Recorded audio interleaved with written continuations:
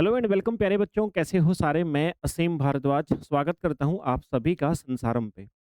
तो बेटा, हमारी यूनिट नंबर 1 चल रही है और यूनिट नंबर 1 के अंदर जैसा मैंने आपको कहा था कि 5 अलग-अलग पार्ट में बाँट के हम इसको पढ़ेंगे। कुछ एक पार्ट हमारा वायरस के विषय में रहेगा, एक पार्ट हमारा बैक्टीरिया के विषय में रहेगा, 2 पार्ट हमारे फंगस के विषय में थे। आज हम इस यूनिट का 5वां पार्ट हमारा संसारम एप्लीकेशन पे ये जो बैच चल रहा है, इस बैच के अंदर आज इस यूनिट का हम 5वां पार्ट स्टार्ट कर रहे हैं, जिसको हम लोग कहते हैं अपना सवाल के विषय में होगा यानी फाइकोलॉजी जिसको आप नाम से जानेंगे।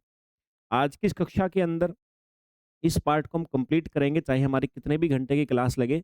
इसी क्लास के अंदर हम इस पार्ट को आज पूरा का पूरा बच्चे करेंगे और यूनिट नंबर 1 को हम लोग कंप्लीट कर लेंगे।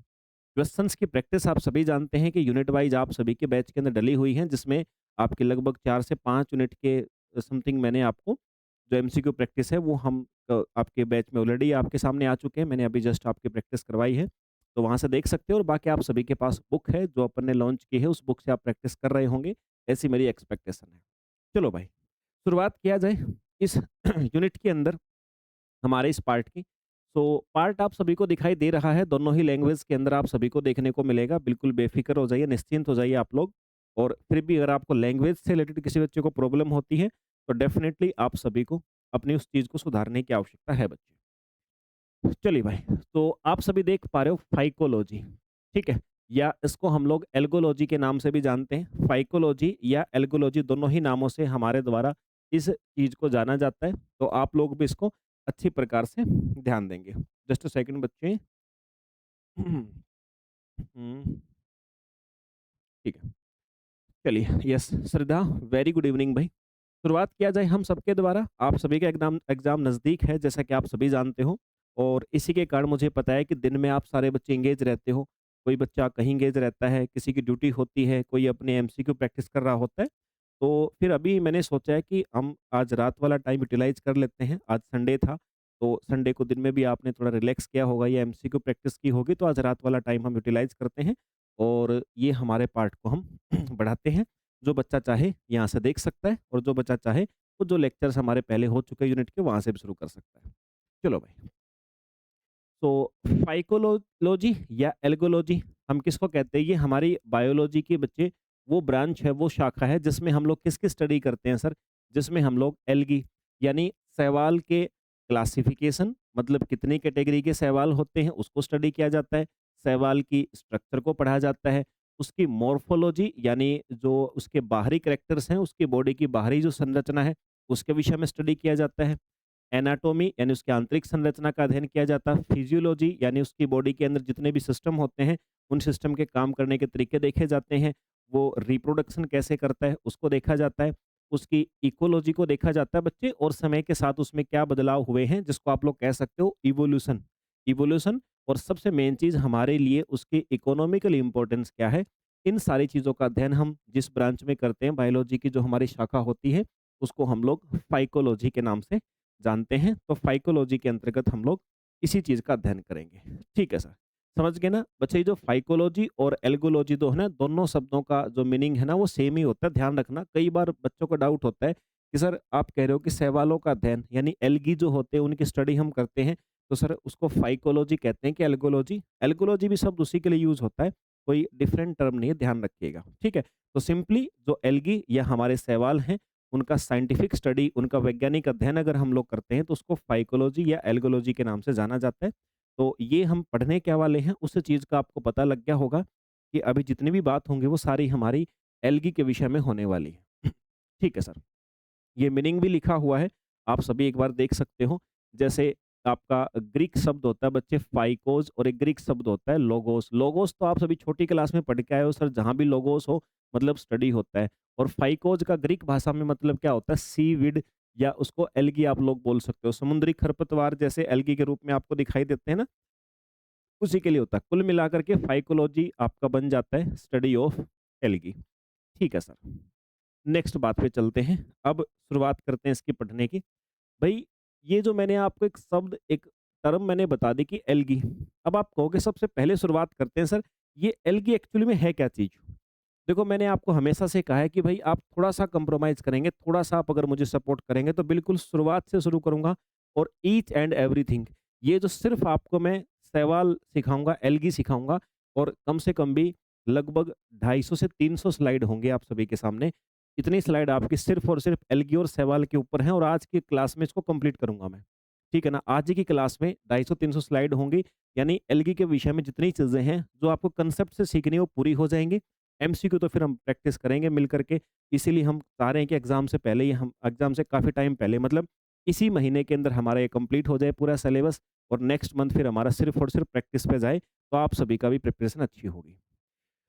तो एल्गी जो होते हैं ना बच्चे, वो सिंपली क्या होते हैं सर, क्लोरोफिल युक्त, यानी युक्त का मतलब हैविंग, यानी सर जिनके पास में क्लोरोफिल होता है और सर वो ऑटोट्रोफिक होते हैं, मतलब स्वयंपोषी, यानी अपना भोजन स्वयं बना सकते हैं। और कैसे होते हैं सर, फोटोसिंथेटिक ऑर्गेनिज्म होते हैं, यानी प्रकाश संश्लेषण करने वाले ऑर्गेनिज्म होते हैं, क्योंकि ऑटोट्रोफिक मतलब अपना भोजन कोई भी ऑर्गेनिज्म कब बनाएगा सर, जब वो फोटोसिंथेसिस करेगा, है ना? तो मुख्य तौर पे ये बच्चे आपके एक्वेटिक हैबिटेट्स में पाए जाते हैं।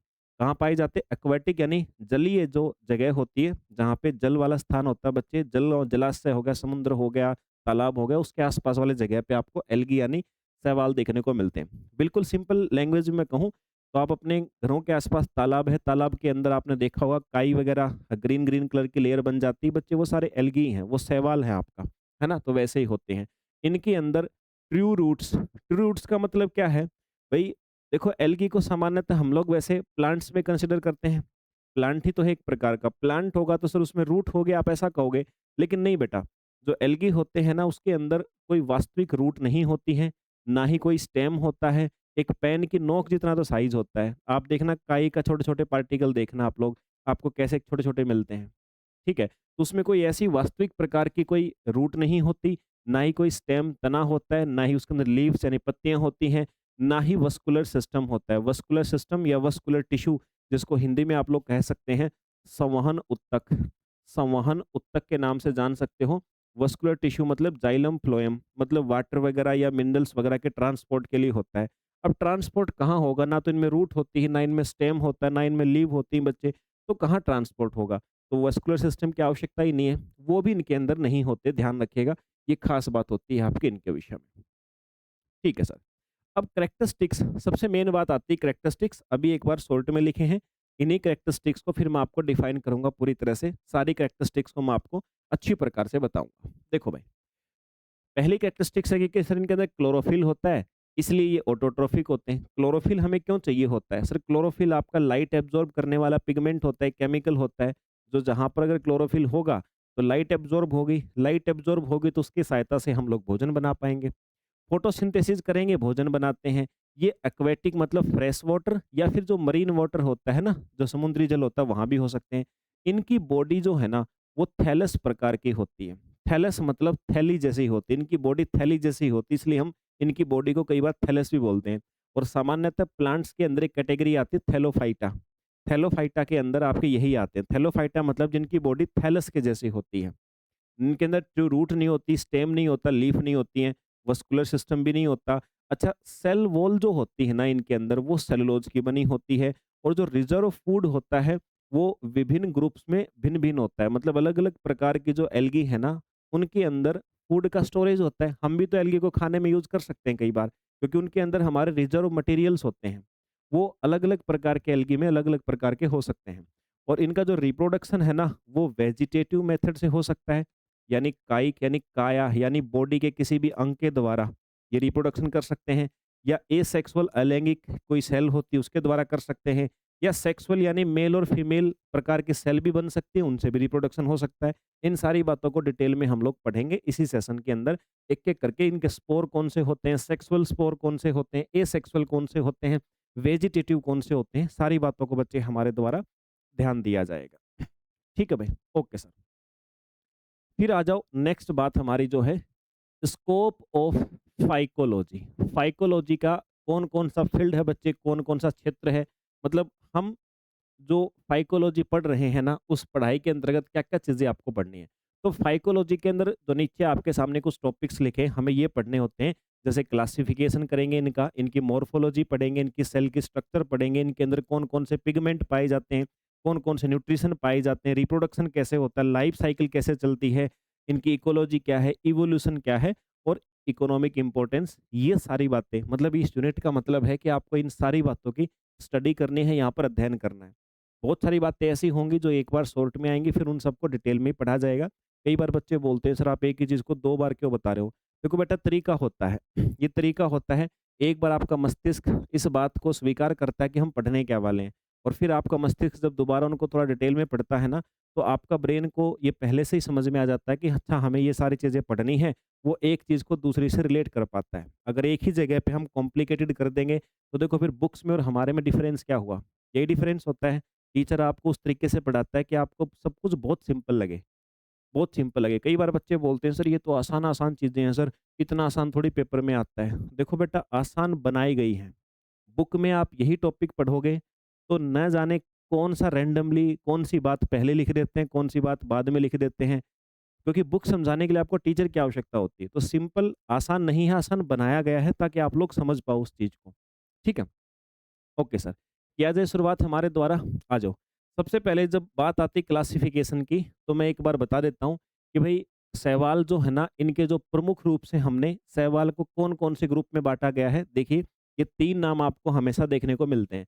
जब भी एल्गी यानी शैवाल की बात आती है, तो बेटा 3 आपको मुख्य रूप से मिलते हैं। सिंपल लैंग्वेज में आप इन 3 ग्रुप्स को क्या बोलते हो?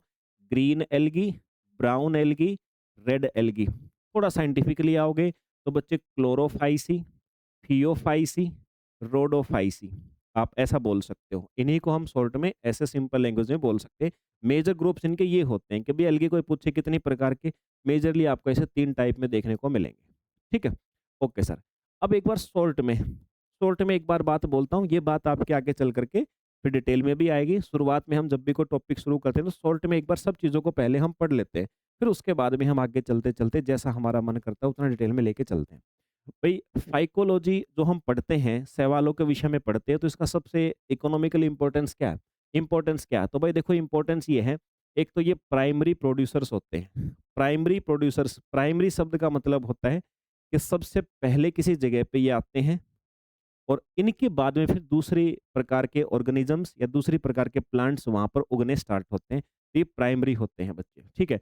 ऑक्सीजन प्रोडक्शन करते हैं, कार्बन डाइऑक्साइड का यूटिलाइज करके उसको फिक्स करते हैं, एनवायरनमेंट से कम करते हैं और हमारी जो फूड चेन है, फूड चेन का आधार होते हैं भाई हमारी भोजन, जो खाने-पीने की चीज़ें होती हैं, उनका भी एक हिस्सा होते हैं। ठीक है सर।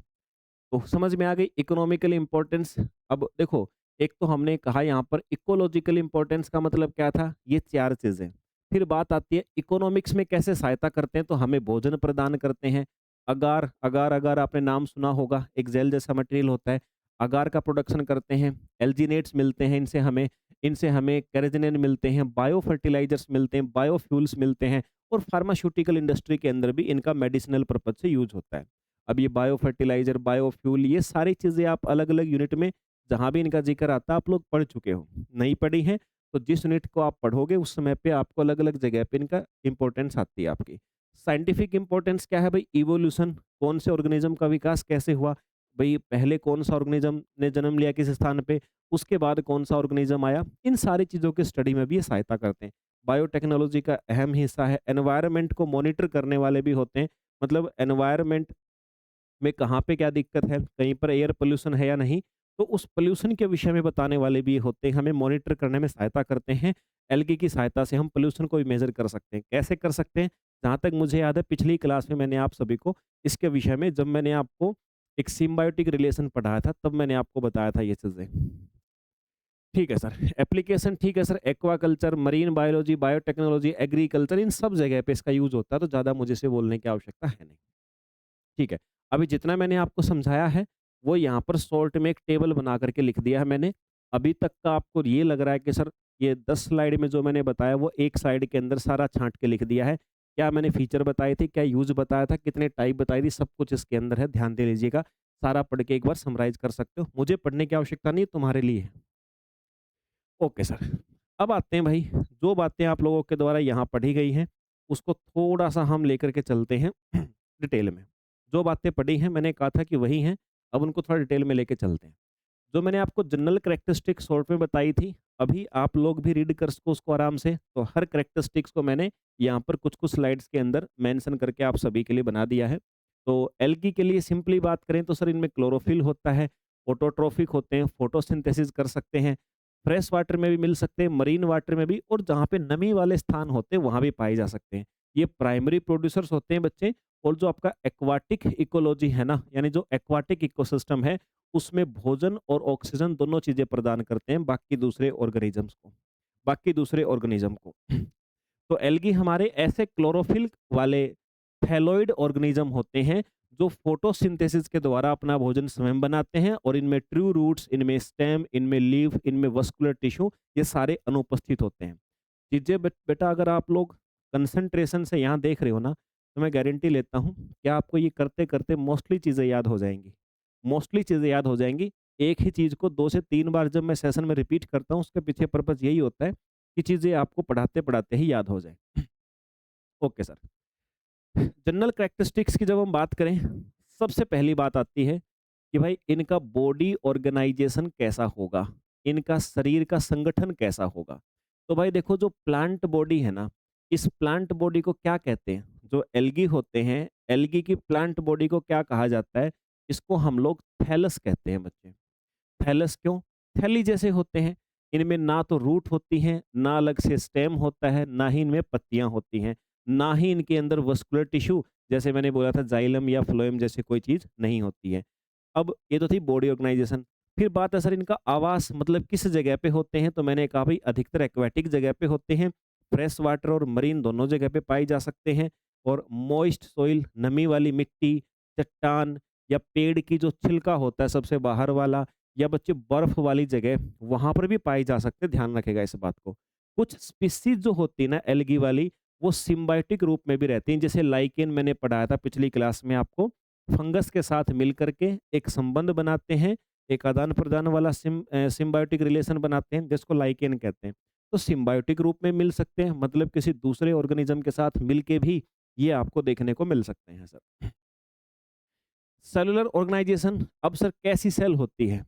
इनके अंदर कोशिका कैसी होती है? तो मेरे भाई ये यूनिसेलुलर होते हैं, एक कोशिकीय होते हैं और जो भी ऑर्गेनिज्म एक कोशिकीय होते हैं खासकर, तो वो ज़्यादातर बहुत सारी कोशिकाएँ मिलकर के कॉलोनी बना लेती हैं, तो हम बोलते हैं कॉलोनियल होते हैं। बॉडी इनकी फिलामेंटस होती है, बहुत सारी सेल मिलकर के फिलामेंट मतलब एक धागे की जैसी संरचना बना लेती हैं ये और बच्चे ये आपके मल्टी सेलुलर प्रकार के भी हो सकते हैं। समझ में आ गई बात? यानी कि सर एल्गी हमारे यूनिसेलुलर भी हो सकते हैं, मल्टी सेलुलर भी हो सकते हैं, दोनों ही प्रकार की कैटेगरी में आप इसको रख सकते हो। अब जो प्रोकार्योटिक एल्गी भी हो देखो, एल्गी देखो सेल अगर आप कभी जनरली एक बात करते हो कि भई सर यूनिवर्स के अंदर जो सेल हैं, जो कोशिका हैं, कितनी प्रकार की? हम बोलते हैं भई या तो प्रोकार्योटिक टाइप की होती हैं या फिर यूकार्योटिक टाइप की होती हैं, 2 प्रकार की हो सकती हैं ना।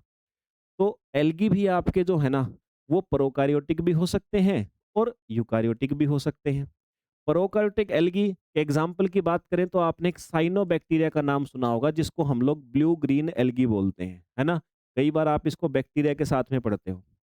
तो ये दोनों ही फॉर्मेट में मिल सकते हैं। सेल वॉल की बात करें तो इनकी सेल वॉल जो है, वो सामान्यतः सेलुलोज और बच्चे पेक्टिन से बनी होती है। जो आपके ब्राउन एल्गी होते हैं ना, उनके अंदर एक खास बात है एल्जिनिक एसिड पाया जाता है और ये क्वेश्चन आपका पहले पेपर में आ चुका है। एल्जिनिक एसिड किस ऑर्गेनिज्म की 4 ऑप्शन दिए होते हैं आपको, किस ऑर्गेनिज्म की सेल वॉल में पाया जाता है? तो किसी ने सिर्फ एल्गी पढ़ा है तो भी अटक जाएगा। इसलिए आपको ध्यान रखना ब्राउन एल्गी जो होता है उसकी सेल वॉल का ये कंपोनेंट होता है एल्जेनिक एसिड और जो बच्चे रेड एल्गी होता है ना उसके अंदर अगार और एक और केमिकल होता है जिसको बोलते हैं कैराजिनिन, ये भी पाए जाते हैं। अच्छा जो डायटम्स होते हैं ना बच्चे इसमें उनकी सेल वॉल के अंदर सिलिका पाया जाता है। ये सिलिका वाला क्वेश्चन तो जहां तक मैंने आज तक देखा 10 से 12 एग्जाम में मैं इस बात को देख चुका हूँ आपके लेवल के, बल्कि अलग-अलग राज्यों के अंदर जो एग्ज़ाम्स होते हैं ना, 10 से 12 बार ये सिलिका वाली बात मैं देख चुका हूँ बच्चे। यहाँ पढ़ने में देखो आपको क्या लग रहा है? यहाँ पढ़ रहे हो ना मेरे से, आपको लग रहा है सर ये क्या है सर, ये तो फैक्चुअल चीज़ है। बेटा इसी चीज़ को मैं पैराग्राफ बना के भी इतना कॉम्प्लिकेटेड कर सकता हूँ कि तुम्हें लगेगा वाह सर! कितनी हाई लेवल की बात बता रहे हो। लेकिन बेटा वो हमारा काम नहीं है। आप जज करोगे तो आपको कुछ नहीं लगेगा, पढ़ोगे तो मेरे भाई एग्ज़ाम निकाल दोगे, क्योंकि इसी के ऊपर तो हमारी मेहनत लगती है, चीज़ों को सिंपल करना। एक पैराग्राफ को तोड़ के उसको 10 अलग-अलग लाइन में बनाना, ताकि पढ़ते टाइम तुम्हें सब कुछ सेपरेट-सेपरेट हर बात बिल्कुल आसान लगे। पेपर के अंदर मुश्किल क्यों होती है? पेपर के अंदर कठिनाई उस बच्चे को होती है जो बच्चा एमसीक्यू प्रैक्टिस खुद से नहीं करता। दिक्कत क्या होती है कि पेपर में है ना 2 या 3 बातों को मिला करके एक क्वेश्चन बना देता है। तब आपको लगता है अरे भैया क्वेश्चंस का लेवल तो बहुत हाई हो रहा है। हाई क्वेश्चंस का लेवल नहीं है। तुमने वैसे क्वेश्चन टेकल नहीं किए एग्जाम से पहले। तुम सोच रहे हो कि सिर्फ कंसेप्ट पढ़ लिए, अब तो बस सारा सिलेबस हमें आता है। सिर्फ कंसेप्ट पढ़ने से किसी भी एग्जाम की केवल 50% तैयारी होती है। एग्जाम में अच्छा परफॉर्मेंस करना है तो बाकी का 50% काम का मतलब होता है कि कुछ सेशन टीचर के एमसीक्यू देखो, और खुद से भी बहुत सारे आपको एमसीक्यू बनाने पड़ेंगे। जो आपको नहीं आते वो भी बनाने पड़ेंगे आपको। समझ गए ना बात को? जो बच्चा ये बात समझ जाता है उसका सिलेक्शन हो जाता है। फिर फोटोसिंथेटिक पिगमेंट, अब सबसे मेन बात है भाई, रट्टा लगा लियो। यहाँ से भी क्वेश्चंस आपके बहुत बनते हैं। ये जो आपको दिख रहा है ना फोटोसिंथेटिक पिगमेंट, ये जो दिख रहा है प्रकाश संश्लेषी वर्णक। भाई पिगमेंट का मतलब क्या होता है? ऐसे केमिकल होते हैं जो फोटोसिंथेसिस में सहायता करते हैं लाइट को एब्जॉर्ब करने में। तो कौन कौन सा पिगमेंट पाया जाता है? भाई क्लोरोफिल भी कई प्रकार का होता है। यहाँ कौन सी टाइप का क्लोरोफिल होता है? तो भाई यहाँ पर क्लोरोफिल ए भी मिलता है। देखो सबसे मेन पिगमेंट क्लोरोफिल है ना, ये वर्णक का मतलब पिगमेंट। मैं एक बार हिंदी में भी लिख देता हूँ और फिर इंग्लिश में भी, ताकि जो भी जिस मीडियम का बच्चा हो किसी को लगे ऐसा कि सर मैं तो एक लैंग्वेज में कंफर्टेबल नहीं हूँ, तो आप स्लाइड पे देखोगे तो दोनों ही लैंग्वेज कहीं ना कहीं आपको जरूर मिलेंगी। ठीक है। Okay sir. दूसरे पिगमेंट, देखो क्लोरोफिल ए होता है, क्लोरोफिल बी भी होता है, क्लोरोफिल सी भी होता है, क्लोरोफिल डी भी होता है, कैरोटीन भी होता है, जेंथोफिल भी होता है बच्चे। उसके बाद आपका आपका फ्यूकोजेंथिन भी होता है, फाइकोएरिथ्रिन भी होता है, और बच्चे आपका फाइकोसाइनिन। ये सारी प्रकार के पिगमेंट आपको एल्गी जो होते हैं ना, इन एल्गीज के अंदर देखने को मिलते हैं। ठीक है सर। न्यूट्रिशन की बात करें, मैंने कहा भी ऑटोट्रोफिक होते हैं, फोटोसिंथेसिस के द्वारा भोजन बनाते हैं, और कुछ जो आपके वो मिक्सोट्रोफिक और हिट्रोट्रोफिक भी आपके स्पीसीज देखने को मिलती हैं। अब ये सर मिक्सोट्रोफिक या हिट्रोट्रोफिक, थोड़ा सा रुको, इनको भी मैं आपको अलग से एक स्लाइड पे पूरा मेंशन करके बताऊंगा, समझा के बताऊंगा। ठीक है। इनके अंदर जो फूड मटेरियल, भाई हमारी बॉडी के अंदर जो भोजन का स्टोरेज होता है किस फॉर्म में होता है? आप कहोगे सर ग्लाइकोजन की फॉर्म में होता है। इनके अंदर किस फॉर्म में होगा? तो भाई ग्रीन एल्गी के अंदर स्टार्च के रूप में होता है, ब्राउन एल्गी के अंदर आपका लेमिनेरिन और मैनिटोल के अंदर होता है, रेड एल्गी के अंदर बच्चे फ्लोरिडियन स्टार्च होता है। ये जो फ्लोरिडियन स्टार्च है ना, ये वाले पॉइंट ये पेपर में आ चुका 10 बार, फिर से कह रहा हूँ 10 बार। कहोगे सर आप तो हर क्वेश्चन को ऐसा बोल दो 10 बार आ चुका है। भाई क्योंकि हम लगभग हर एग्जाम तो हम देखते हैं ना, जो भी पेपर किसी भी स्टेट किसी भी राज्य में होता है जिस भी लेवल का, तो हमारे सामने से गुजरते हैं, और कुछ कुछ क्वेश्चन ऐसे होते हैं जो बार बार रिपीट होते ही रहते हैं। तो जब हम पढ़ाते हैं आपको तो हमें ध्यान में आ जाता है, तो हम लोग आपको बोल देते हैं। तो ये फ्लोरिडिन स्टार्च वाला क्वेश्चन आ चुका है। फ्लोरिडिन स्टार्च, और ये मैं आपको प्रैक्टिस भी करवा चुका हूँ एक बार आपके सेशन में। ये आपका जो फ्लोरिडिन स्टार्च वाला क्वेश्चन है ना, ये आपका असिस्टेंट प्रोफेसर के एग्जाम में आ चुका है। ये क्वेश्चन आपका वर्ग 1 के एग्जाम में भी आ चुका है। ठीक है ना? ये जो पीजीटी वाला एग्जाम होता है उसमें भी आ चुका है यही वाला क्वेश्चन। बहुत सारे क्वेश्चन ऐसे होते हैं जो आपस में एक एग्जाम से दूसरे में आ गए, जो रिलेटेड टॉपिक्स होते हैं उनसे।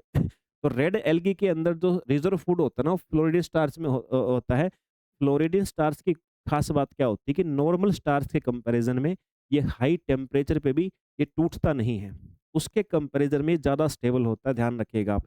फ्लोरिडिन ये जगह के नाम पे रख दिया हमने कि फ्लोरिडा जो जगह है, वहाँ पर जो आपके प्लांट पाए जाते हैं उनके अंदर ये स्टार्च की मात्रा पाई जाती है। नॉर्मल स्टार्च के कंपैरिजन में ज़्यादा स्टेबल होता है, टूटता नहीं, हीट वगैरह से ज़्यादा जल्दी डिकम्पोज नहीं होता। तो बस इतनी सी खास बात याद रखिएगा। बाकी जो डाइटम्स होते हैं ना, इसी के अंतर्गत आते हैं। तो उनके अंदर भी आपको 2 चीज़ें मैंने बताई हैं आपको। एक क्रेसोलेमिनेरियन और ऑयल, ये 2 चीज़ों के रूप में स्टोर होता है। रिप्रोडक्शन की बात करें बच्चे, दोबारा से आगे फिर से आएगा, और डिटेल में बताऊँगा आपको। अभी तो मैं रिप्रोडक्शन की बात आपको जनरल कैरेक्टरिस्टिक्स में बता रहा हूँ। जब मैं अलग से रिप्रोडक्शन बताऊँगा, तो इसको फिर हम लोग और भी ज़्यादा डिटेल के अंदर डेफ़िनेटली आप सभी के सामने लेकर के आऊँगा। ठीक है सर, आ जाओ भाई। तो मैंने कहा था तीनों तरीकों से हो सकता है। वेजिटेटिव रिप्रोडक्शन मतलब बॉडी ही डिवाइड कर जाए, जैसे फ्रेगमेंटेशन बोल दो, चाहे सेल डिवीजन बोल दो। इसका मतलब यही है कि इनकी बॉडी की जो सेल थी वो डिवाइड करके 2 भाग में हो गई, 2 नए बन गए। अच्छा, एसेक्सुअल मतलब कोई ना कोई एसेक्सुअल सेल होती है। एसेक्सुअल सेल का मतलब मेल फीमेल से मतलब नहीं है, बस एक सेल है और उसी सेल से फिर नया आपका एल्गी बन जाएगा। तो कौन-कौन सी सेल हो सकती हैं? बेटे ज़ूस्पोर नाम की सेल हो सकती है, एप्लानोस्पोर के नाम से हो सकती है और ओटोस्पोर नाम से हो सकती है। 3 प्रकार की सेल के द्वारा कर सकते हैं। सेक्सुअल रिप्रोडक्शन की बात करें तो भाई आइसोगैमी हो सकता है, अनआइसोगैमी हो सकता है, ओगैमी हो सकता है। तीनों ही प्रकार की सेल के माध्यम से हो सकता है। अब अब मेरे बच्चों, ये मुझे तुमसे चाहिए, ये आइसोगैमी मैंने क्या बताया था, अनआइसोगैमी मैंने क्या बताया था और ओगैमी क्या बताया था। इसी यूनिट के शुरुआत के जो मैं आपको 4 पार्ट पढ़ा चुका हूँ, उन सभी के अंदर ये तीनों ही चीज़ों का आपका ज़िक्र आया था और मैंने आपको अलग-अलग स्लाइड के ऊपर इन तीनों की डेफिनेशन आपको क्लियर की थी। अब अपना दिमाग लगाओ, थोड़ा-सा मस्तिष्क का यूज़ करो और रिमेंबर करने की कोशिश करो कि क्या कुछ ऐसा था। मैंने 2 से 3 बार रिपीट किया था कि भाई आगे भी बार-बार ये टर्म्स आएँगी, अब दोबारा यहाँ नहीं बताऊँगा। अब आप सभी को याद करना है और कह रहा हूँ कि पेपर के अंदर भी इन टर्म्स का डेफ़िनेटली आपका यूज़ होने वाला है। ठीक है भाई? Okay sir. लाइफ साइकिल बच्चे कैसी होती है? लाइफ साइकिल सर इनकी हैप्लॉन्टिक हो सकती है, डिप्लॉन्टिक हो सकती है, हैप्लोडिप्लॉन्टिक हो सकती है। अब ये तीनों टर्म जो यहाँ पे लिखी हुई हैं, इन तीनों का ज़िक्र मैं आपको अभी थोड़ी देर बाद रिप्रोडक्शन को मैं शुरू करूँगा, तो उसके अंदर तीनों ही टर्म का ज़िक्र बताऊँगा। बाकी हैप्लॉइड, डिप्लॉइड, है ना? ये तीनों ही प्रॉपर्टी पहले भी आ चुकी हैं, पहले भी समझा चुका हूँ, लेकिन यहाँ दोबारा से एक बार बताऊँगा आपको। मोटिलिटी मतलब गति कर सकते हैं क्या? तो कई एल्गी के अंदर क्या होता है, कई एल्गी के अंदर फ्लैजेला नाम की बालों जैसी संरचना होती है जिनकी सहायता से गति कर सकते हैं। अच्छा, लेकिन जो रेड एल्गी है ना, ध्यान रखना, उनके अंदर फ्लैजेला नहीं होता, तो उनके अंदर मोटिलिटी नहीं होती है, वो गति करने में बहुत ज़्यादा सक्षम नहीं होते हैं। इस बात को आप लोग याद रखिएगा। इकोनॉमिकल इंपॉर्टेंस पहले ही बता चुका हूँ, वही है आपकी क्लास प्रॉपर्टीज की। ये तो हो गई बात आप सभी की जो अभी तक मैंने बताई जनरल कैरेक्टरिस्टिक्स भाई। हमने क्या कहा था कि हम फाइकोलॉजी पढ़ने का मतलब है सर उनका क्लासिफिकेशन पढ़ना, उनकी जनरल कैरेक्टरिस्टिक्स पढ़ना। अभी तक हमने सिर्फ एक चीज़ पढ़ी है, उसको हम बोल सकते हैं sir general characteristics. Okay sir. अब आ जाओ भाई, अब दूसरी चीज़ शुरू होती है हमारी, तो पूरी डिटेल में बताऊंगा। मैंने क्लासिफिकेशन हल्का सा पहले भी किया था, लेकिन मैंने कहा था ना कि वो क्या था, एक जनरल सा क्लासिफिकेशन कि जो बच्चा बच्चा जानता है। अब वो क्लासिफिकेशन करेंगे कि जिस चीज़ को बच्चा बच्चा नहीं जानता है, जिस चीज़ को बच्चा बच्चा नहीं जानता है, नए सिरे से अब देखो, अब पूरा क्लासिफिकेशन होगा, ध्यान दीजिएगा।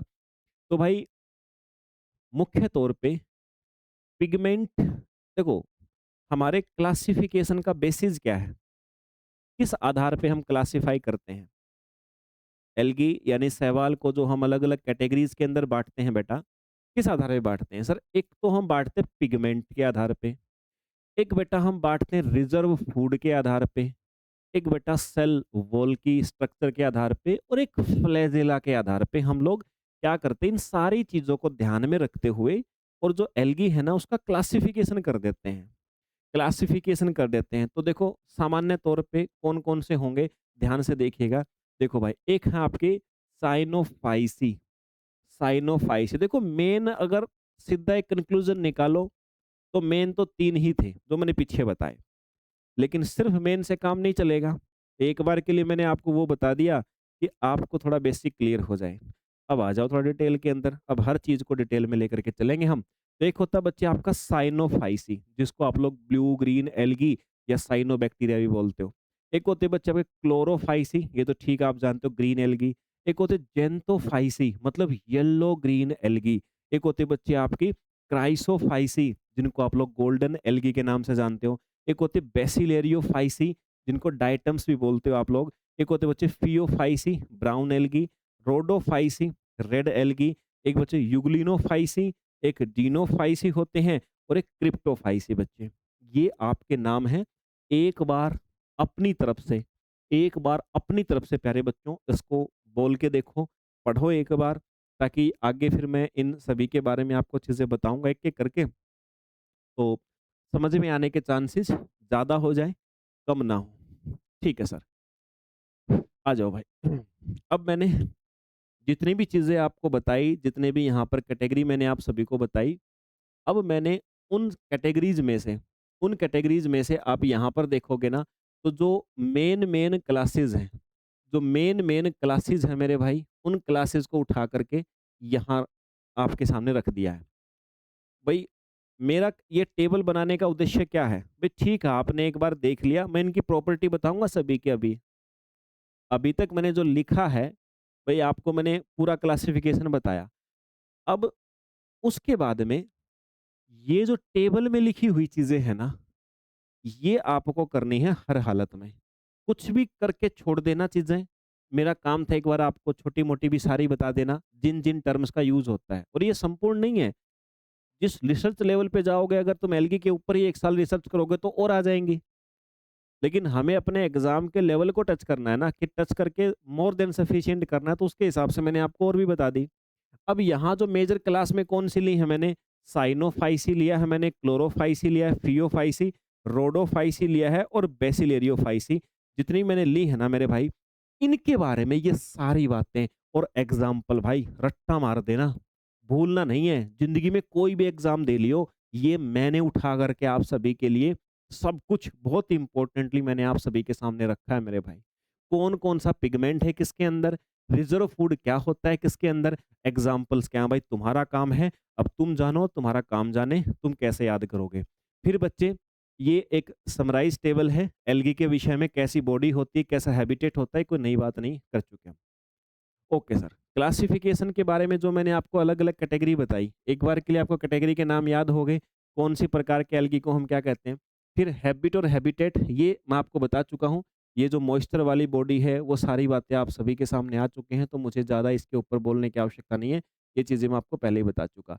अब थोड़ा-सा उन्हीं चीज़ों को मैंने आपके पढ़ने के पर्पज़ से अलग-अलग क्या कर रखा है, इनको समराइज़ कर रखा है। क्योंकि जैसे मैंने कहा था यूनिसेलुलर होते हैं, यूनिसेलुलर का एग्ज़ाम्पल कौन-सा है, वो लिखा है।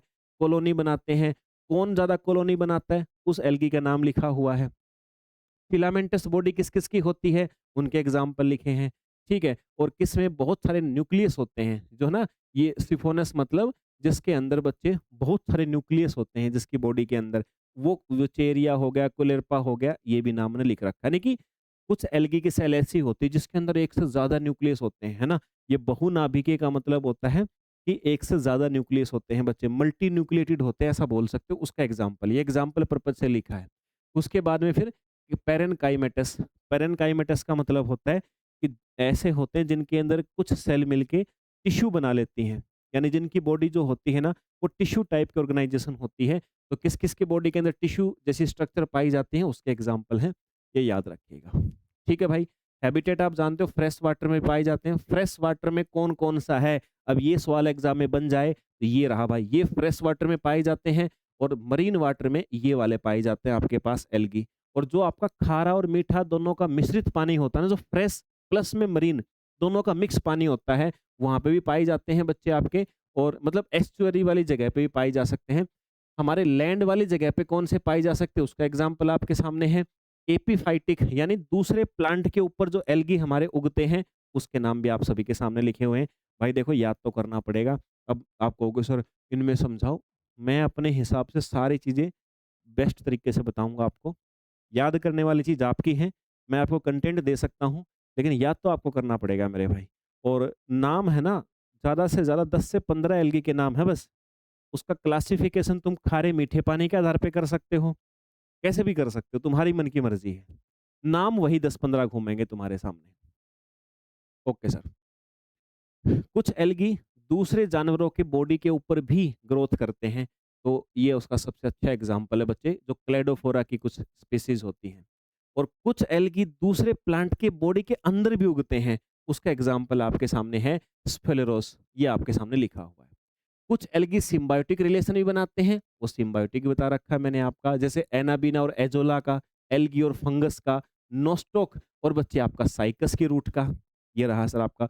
कुछ एल्गी बहुत एक्सट्रीम कंडीशन पे भी होते हैं, मतलब जहाँ की परिस्थितियाँ, वहाँ की टेम्परेचर एक नॉर्मली किसी ऑर्गेनिज्म के रहने के लिए नहीं होता। जैसे मान लो बहुत ज़्यादा बर्फ वाली जगह हो, जैसे स्नो एल्गी बोलते हैं, डोमोनास कार्निवेलिस हो गया, ऐसे हॉट स्प्रिंग गर्म पानी के झरने हो गए, वहाँ पे सनेडियम हो गया, डेज़र्ट के अंदर भी आपके बच्चे कुछ साइनोबैक्टीरिया पाए जाते हैं, ये चीज़ है।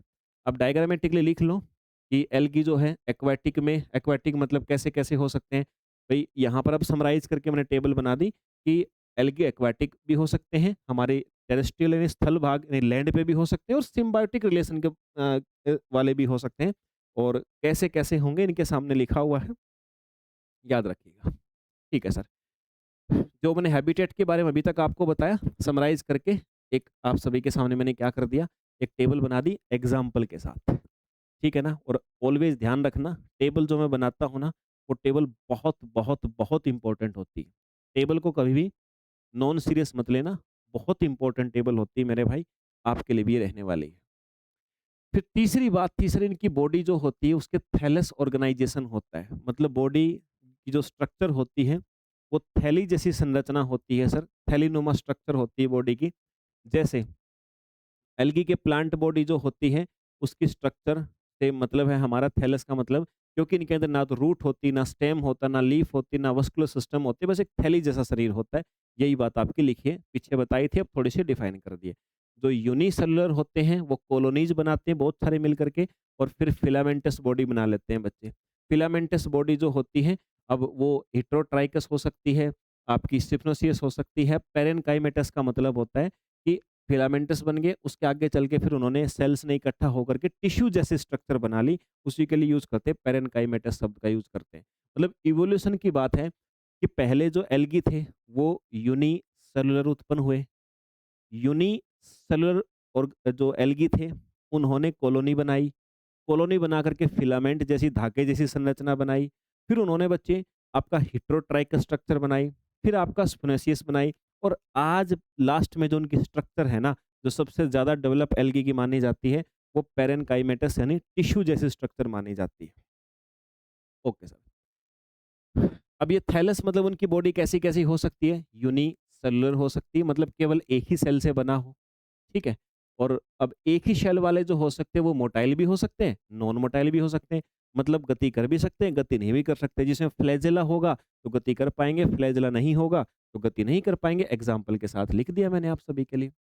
कॉलोनियल वाले भी हो सकते हैं, मतलब जहाँ पे सिंगल सेल नहीं कई सेल मिलकर के कॉलोनी बना लेती हैं, वैसे भी हो सकते हैं। वो भी आपके मोटाइल भी हो सकते हैं, नॉन मोटाइल भी हो सकते हैं। मोटाइल कौन से हैं? एग्ज़ाम्पल आपके सामने। नॉन मोटाइल कौन से हैं? वो भी एग्ज़ाम्पल आप सभी के सामने है। फिलामेंटस थैलस हो सकता है। फिलामेंटस थैलस मतलब कि कोशिकाएँ एक के बाद एक के बाद एक के बाद सेल जुड़ के धागे जैसी संरचना बना लेती हैं, तो फिलामेंटस बोल देते हैं। अब ये अनब्रांच भी हो सकता है, ब्रांच भी हो सकता है। मतलब जो फिलामेंट है उसकी ब्रांच शाखाएँ भी निकली हो सकती हैं या फिर जो फिलामेंट है वो सीधा एक ही धागे की संरचना के समान हो सकता है। कौन-सा एग्ज़ाम्पल आता है? लिखा हुआ है अनब्रांच में स्पाइरोगायरा, यूलोथ्रिक्स हो गया, है ना? और ये आपका बच्चे ओइडोगोनियम हो गया। ऐसे ब्रांच्ड वाले में क्लेडोफोरा हो गया, पिथोफोरा हो गया। ये नाम इन सभी के आप सभी को देखने को मिल सकते हैं। अब बात आई यहाँ पर, आप कहोगे सर एक मैंने एक टर्म पीछे छोड़ी थी, मैंने उसके ऊपर ज़्यादा फ़ोकस नहीं किया था। अब देख लो मैंने इसलिए फ़ोकस नहीं किया था क्योंकि मुझे पता था कि मुझे स्पेशली एक स्लाइड के ऊपर बताना है। एक शब्द था हेटेरोट्राइकस थैलस, मतलब कुछ जो एल्गी हैं उनकी बॉडी हेटेरोट्राइकस हो सकती है। मतलब ये है कि 2 पार्ट में विभाजित होता है। 2 पार्ट में विभाजित होता है। एल्गी कुछ एल्गी ऐसे होते हैं जो हेटेरोट्राइकस होते हैं, मतलब उनकी बॉडी 2 पार्ट में डिवाइड होती, विभाजित होती है। एक होता है बच्चे आपका प्रोस्ट्रेट सिस्टम, एक होता है आपका इरेक्ट सिस्टम, मतलब एक भूमि से जुड़ा हुआ भाग, एक उसके ऊपर वाला भाग। तो जो 2 भाग में ऐसे बटे होते हैं हेटेरोट्राइकस बोलते हैं। एग्ज़ाम्पल आप सभी के सामने लिखे हुए हैं। जैसा मन करे वैसा प्रोनाउंस कर सकते हो, प्रोनंसिएशन में कोई दिक्कत नहीं है। एक और टर्म मैंने छोड़ी थी, आप देखिए यहाँ पे सिफोनेसियस। क्या मतलब था? जब मैंने इवोल्यूशन बताया था कि भाई पहले यूनिसेलुलर बने, फिर कॉलोनी बनाई, फिर मैंने आपको आगे ऐसे चलते-चलते जो टर्म्स बताई थी उसमें से एक टर्म थी सिफोनेसियस या कोइनोसाइटिक थैलस। मतलब क्या होता है?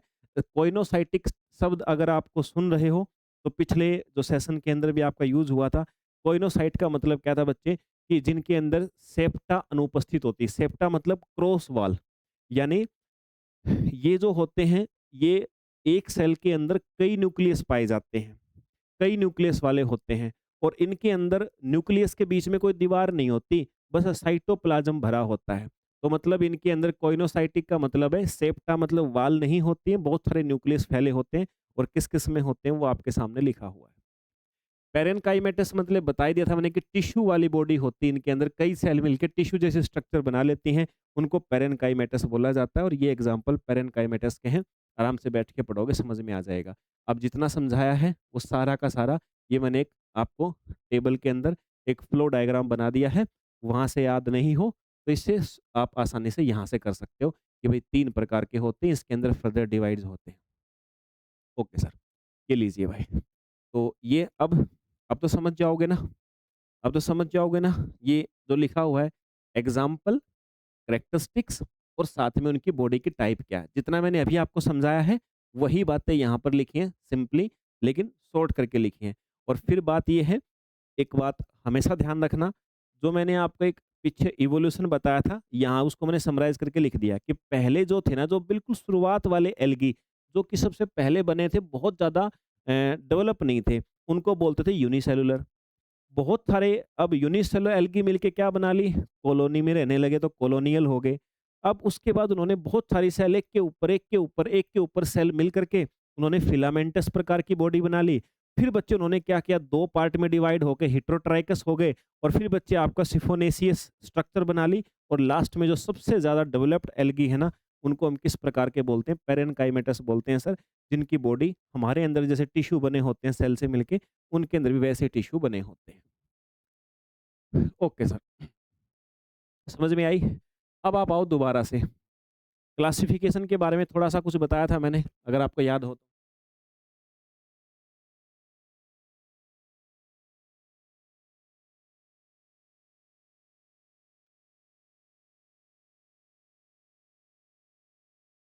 अगर आपको याद हो, तो मैंने मेरे भाई क्लासिफिकेशन के विषय में आपको कुछ थोड़ा-सा बताया था, ठीक है? क्लासिफिकेशन के विषय में मैंने कुछ टाइप्स बताई थी। अब उसी बात के ऊपर हम थोड़ा-सा और गहन अध्ययन करते हैं, चीज़ों को और थोड़ा अच्छे से समझने की कोशिश करते हैं, कंटेंट को और बढ़ाते हैं, समझ को बढ़ाते हैं, विकसित करते हैं। वही जब हम एल्गी का क्लासिफिकेशन करते हैं ना, तो उसका बेसिस क्या होता है? बेसिस जैसा मैंने पहले बताया था कि भई हो सकता है उसकी मॉर्फोलॉजी बाहर के स्ट्रक्चर के आधार पे कर सकते हैं। साइटोलॉजी उसकी सेल की स्ट्रक्चर के आधार पे कर सकते हैं। बायोकेमिकल मतलब उसके अंदर कौन-कौन से केमिकल्स, कौन से पिगमेंट पाए जाते हैं, हरा, लाल, पीला, नीला जो भी है, उसके आधार पे कर सकते हैं। और रिप्रोडक्शन का मेथड क्या है, उसके आधार पे कर सकते हैं। सबसे जो मॉडर्न है ना, सबसे जो आधुनिक क्लासिफिकेशन है, सबसे बच्चे जो मॉडर्न क्लासिफिकेशन है, उसकी मैं बात करूँ, तो भाई ये एफ.ई. फ्रिच ने 1935 और आर.ई. ली ने 2008, इनके द्वारा जो मेन बातें हैं ना, उसके आधार पे जो क्लासिफिकेशन है, उसको सबसे मॉडर्न माना जाता है। ये एल्गी के अंदर बहुत सारी प्रकार की विविधता पाई जाती है, डाइवर्सिटी पाई जाती है, तो क्लासिफिकेशन हम कई तरह से कर सकते हैं। सबसे जो मॉडर्न है, जो आधुनिक है, वो इन 2 व्यक्तियों के द्वारा जो दिया गया है ना मेरे भाई, वही आपका माना जाता है। और क्या क्राइटेरिया है? किस आधार पे किया इन्होंने? इन्होंने आपका क्लासिफिकेशन किस आधार पे किया है? इन्होंने किया है एल्गी को उनकी क्लासेस, उनके ऑर्डर और उनकी फैमिलीज़ में विभाजित किया है। ठीक है? जो क्राइटेरिया हमारा है क्लासिफिकेशन का, उसके आधार पे हम क्या करते हैं, अलग-अलग एल्गी को उनके इन कैरेक्टरिस्टिक्स के आधार पे अलग-अलग क्लासेस बनाते हैं, अलग-अलग ऑर्डर बनाते हैं, अलग-अलग फैमिली। अब कुछ बच्चे कहेंगे सर ये ऑर्डर फैमिली क्या है? भाई उसके लिए फिर आपको डाइवर्सिटी वाली यूनिट पढ़ी होगी आपने पहले, इवनली छोटी क्लास में ही पढ़ी होगी। तो हम जब भी क्लासिफिकेशन करते हैं डिफरेंट डिफरेंट जो ऑर्गेनिजम्स है ना, उन ऑर्गेनिजम्स का हम जब क्लासिफिकेशन करते हैं मेरे भाई, तो फिर हम क्या करते हैं, क्लासिफिकेशन करते हैं, छोटे-छोटे ग्रुप में बाँटते हैं। तो किसी ग्रुप का नाम क्लास होता है, किसी ग्रुप को ऑर्डर के नाम से जानते हैं, किसी ग्रुप को किंगडम के नाम से जानते हैं, किसी ग्रुप को फैमिली के नाम से जानते हैं। तो ऐसे करते-करते बहुत सारे होते हैं। तो वैसे ही हमने अलग-अलग कैटेगरी में बाँटा है, तो क्लासेस, ऑर्डर्स, फैमिलीज़ इन सब के अंदर। ठीक है सर। अब मेजर क्राइटेरिया क्या है? एक तो क्राइटेरिया है फोटोसिंथेसिस करने के लिए जो पिगमेंट पाए जाते हैं, अलग-अलग एल्गी में अलग-अलग होते हैं, उसके आधार पे। कौन-कौन से पिगमेंट होते हैं, पहले ही नाम बता चुका हूँ, बार-बार समय खराब करने की आवश्यकता नहीं है। ठीक है सर। जैसे क्लोरोफाइसिन में क्लोरोफिल ए और बी होता है, थियोफाइसिन में क्लोरोफिल ए, सी और आपका फ्यूकोजेंथिन होता है। रोडोफाइसी में जैसे ये सारे पाए जाते हैं, तो केमिकल्स के आधार पे हमने इनको अलग-अलग नाम दे दिए। दूसरा बच्चे हम क्लासिफिकेशन किस आधार पे कर सकते हैं? सर फूड मटेरियल कौन-सा रिज़र्व है? किस एल्गे के अंदर कौन-सा फूड मटेरियल रिज़र्व है? उसके आधार पे ऐसे बाँट सकते हैं, फलाना-फलाना मटेरियल उसके आधार पे ये अलग-अलग कैटेगरी आपकी हो गई। सेल वॉल की कंपोजिशन के आधार पे बाँट सकते हैं कि भाई ग्रीन एल्गी वे होते हैं जिनकी सेल वॉल में सेलुलोज होता है, ब्राउन एल्गी वे होते हैं जिनके अंदर सेलुलोज और एल्जिनिक एसिड होता है, रेड एल्गी वे होते हैं जिनके अंदर सेलुलोज और अगारो होता है, डायटम्स वे होते हैं जिनके अंदर सिलिका होता है। इस आधार पे भी हम क्लासिफिकेशन कर सकते हैं। फिर बच्चे फ्लैजेला के आधार पे भी कर सकते हैं कि भाई जो ग्रीन एल्गी होते हैं उन वो ऐसे एल्गी होते हैं जिनमें इक्वल फ्लैजेला होते हैं, ब्राउन एल्गी ऐसे होते हैं जिनमें 2 और एक समान नहीं होते, अनइक्वल फ्लैजेला होते हैं। तो उनको हेटेरोकॉन्ट भी बोलते हैं। रेड एल्गी ऐसे होते हैं जिनमें फ्लैजेला होते ही नहीं है। और एक बात ध्यान रखना, ये जो बात लिखी हुई है यहाँ पे बहुत इंपॉर्टेंट है। तुम्हारे पेपर के लिए नोट कर लेना। अपने कॉपी में चाहे अलग से भी नोट कर सकते हो, कहीं भी कर सकते हो बच्चे। ये बहुत इंपॉर्टेंट बात है। तो फ्लैजेला के आधार पे ये कैरेक्टरिस्टिक्स भी आपको याद रखनी पड़ेंगी। थैलस बॉडी के आधार पे कि भाई कौन-सा एल्गी यूनिसेलुलर होता है, कौन-सा एल्गी कॉलोनी में रहता है, कौन-सा एल्गी की बॉडी फिलामेंटस होती है, कौन-सा एल्गी हेटेरोट्राइकस होता है, कौन-सा आपका सिफोनेसियस होता है, कौन-सा आपका पेरेन्काइमेटस होता है, इसके आधार पे भी क्लासिफाई कर सकते हैं। और क्लासिफिकेशन का क्राइटेरिया क्या है? सेल की ऑर्गेनाइजेशन के भी कौन-सा एल्गी प्रोकार्योटिक है, कौन-सा यूकार्योटिक है, उस आधार पे भी क्लासिफाई कर सकते हैं। जैसे साइनोबैक्टीरिया प्रोकार्योटिक होता है, बाकी के लगभग सारे एल्गे आपके यूकार्योटिक होते हैं। रिप्रोडक्शन के आधार पे कर सकते हैं, जैसे कुछ एल्गी हैं जिनमें वेजिटेटिव रिप्रोडक्शन होता है, कुछ में एसेक्सुअल, कुछ में सेक्सुअल होता है। लाइफ साइकिल के आधार पे भी कर सकते हैं। इसको मैं लाइफ साइकिल वाली बात को आगे चल के डिटेल में भी बताऊँगा। अभी सिर्फ मैं एक बात कह रहा हूँ कि क्लासिफिकेशन का क्राइटेरिया का नाम ले रहा हूँ। हैप्लॉन्टिक होते हैं, कुछ डिप्लॉन्टिक होते हैं, कुछ आपको हैप्लोडिप्लॉन्टिक भी होते हैं। या हैबिटेट के आधार पे बाँट सकते हैं, हम उनको क्लासिफाई कर सकते हैं। या उनके अंदर की जो बहुत सूक्ष्म स्ट्रक्चर है ना, एल्गी की जो संरचना है बॉडी की, उसके आधार पे कर सकते हैं। जैसे किसी के अंदर क्लोरोप्लास्ट पाया जाता है, किसी के अंदर पारेनॉइड होता है, किसी के अंदर इलेक्ट्रॉन माइक्रोस्कोपी के आधार पे कर सकते हैं। किसी को डीएनए सीक्वेंस के आधार पे कर सकते हैं, आरएनए को एनालाइज करके भी कर सकते हैं। तो मतलब ये है कि भाई अल्ट्रा स्ट्रक्चर मतलब उसके अंदर के पाए जाने वाले छोटे-छोटे जो मॉलिक्यूल्स हैं ना, उन मॉलिक्यूल्स की प्रेजेंस या अब्सेंस के आधार पे भी हम उनको क्लासिफाई कर सकते हैं। तो ये बहुत सारे क्राइटेरिया मैंने आपको बताए हैं कि भाई किस-किस आधार पे आप लोग एल्गी को अलग-अलग कैटेगरी में क्लासिफाई कर सकते हो। समझ गए बात को? चलो भाई, अब सर ये क्या लिखा हुआ है? अब ये लिखा हुआ है, जितना अब तक मैंने तुम्हें पढ़ा दिया, अगर तुम बैठ के एक बार गहराई से एनालाइज करोगे ना, तो उसका पूरी समरी लिखी हुई है सॉल्ट में और तुम्हारे काम की है पूरी। जैसे पिगमेंट का जिक्र आया है, मेन पिगमेंट इनके आधार पे हम क्लासिफाई करते हैं। रिजर्व फूड मटेरियल इनके आधार पे हम क्लासिफाई कर सकते हैं। सेल वॉल, ये सेल वॉल के कंपोनेंट इनके आधार पे हम क्लासिफाई कर सकते हैं। फ्लैजेला, फ्लैजेला के कितने हैं, किस प्रकार के हैं, उनकी पोजीशन क्या है, उसके आधार पे क्लासिफाई कर सकते हैं। थैलस मतलब उनकी बॉडी कैसी है, यूनिसेलुलर से लेकर के पेरेन्काइमेटस 6 से 7 मैंने अभी बताई थी आपको, उनमें से आधार पे कर सकते हैं। तो मतलब जितना मैंने बताया है ना, बस वो सारी चीज़ों को सॉर्ट करके लिख दिया। ठीक है सर। अब इसके बाद अभी हम लोग शुरू करने वाले हैं, क्या शुरू करेंगे sir? Cell ultrastructure of algae, शैवाल कोशिका की अति सूक्ष्म संरचना।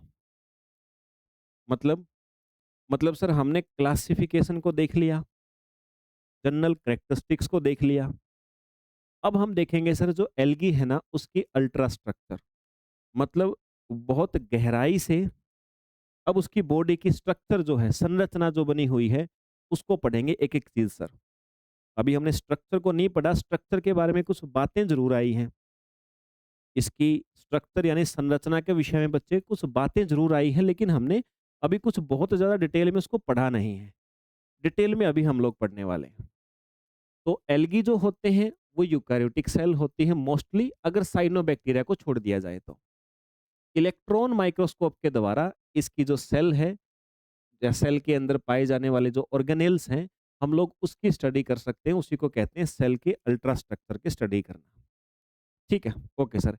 और ये जो हम अल्ट्रा स्ट्रक्चर स्टडी करते हैं इसके सेल की, तो उससे हमें इसकी जो सेल की स्ट्रक्चर है उसका पता लगता है, इसकी सेल की स्ट्रक्चर का पता लगता है, सेल के जो फंक्शंस हैं उनका पता लगता है, इनके जो क्लासिफिकेशन, जो वर्गीकरण है, उसका पता लगता है। इन सारी चीज़ों का हमें पता लगता है। कैसे पता लगता है सर? हमें अल्ट्रा स्ट्रक्चर की स्टडी करके पता लगता है। मतलब सेल के अल्ट्रा स्ट्रक्चर का मतलब है कि सेल के अंदर जो बहुत छोटे-छोटे सेल ऑर्गेनेल्स पाए जाते हैं, उनकी स्ट्रक्चर का अध्ययन करना ही कहलाता है हमारा अल्ट्रा स्ट्रक्चर। अब देखो भाई, क्या-क्या होता है? समझ लो एक बार। यहाँ पर एक बार ईज़ी फ्लो मैंने डायग्राम एक प्रकार से एक टेबल के माध्यम से बता रखा है। देखो भाई, जो एल्गी की सेल होती है ना, एल्गी की जो सेल होती है, उस एल्गी की सेल के अंदर एक तो होता है सेल वॉल, सबसे बाहरी दीवार। उसके नीचे एक और दीवार होती है जिसको बोलते हैं प्लाज्मा मेम्ब्रेन, और उसके अंदर बहुत सारा मटेरियल भरा होता है जिसको आप लोग बोलते हो साइटोप्लाज्म। ठीक है, साइटोप्लाज्म। अब सेल वॉल ठीक है सर, प्लाज्मा मेम्ब्रेन मैंने बता दिया ठीक है सर, एक है साइटोप्लाज्म। अब ये जो साइटोप्लाज्म है ना, साइटोप्लाज्म, इस साइटोप्लाज्म यानी जो बहुत सारा मटेरियल भरा हुआ है, इस साइटोप्लाज्म में आपको क्या-क्या चीज़ें देखने को मिलेंगी, आप उसको समझिए एक बार।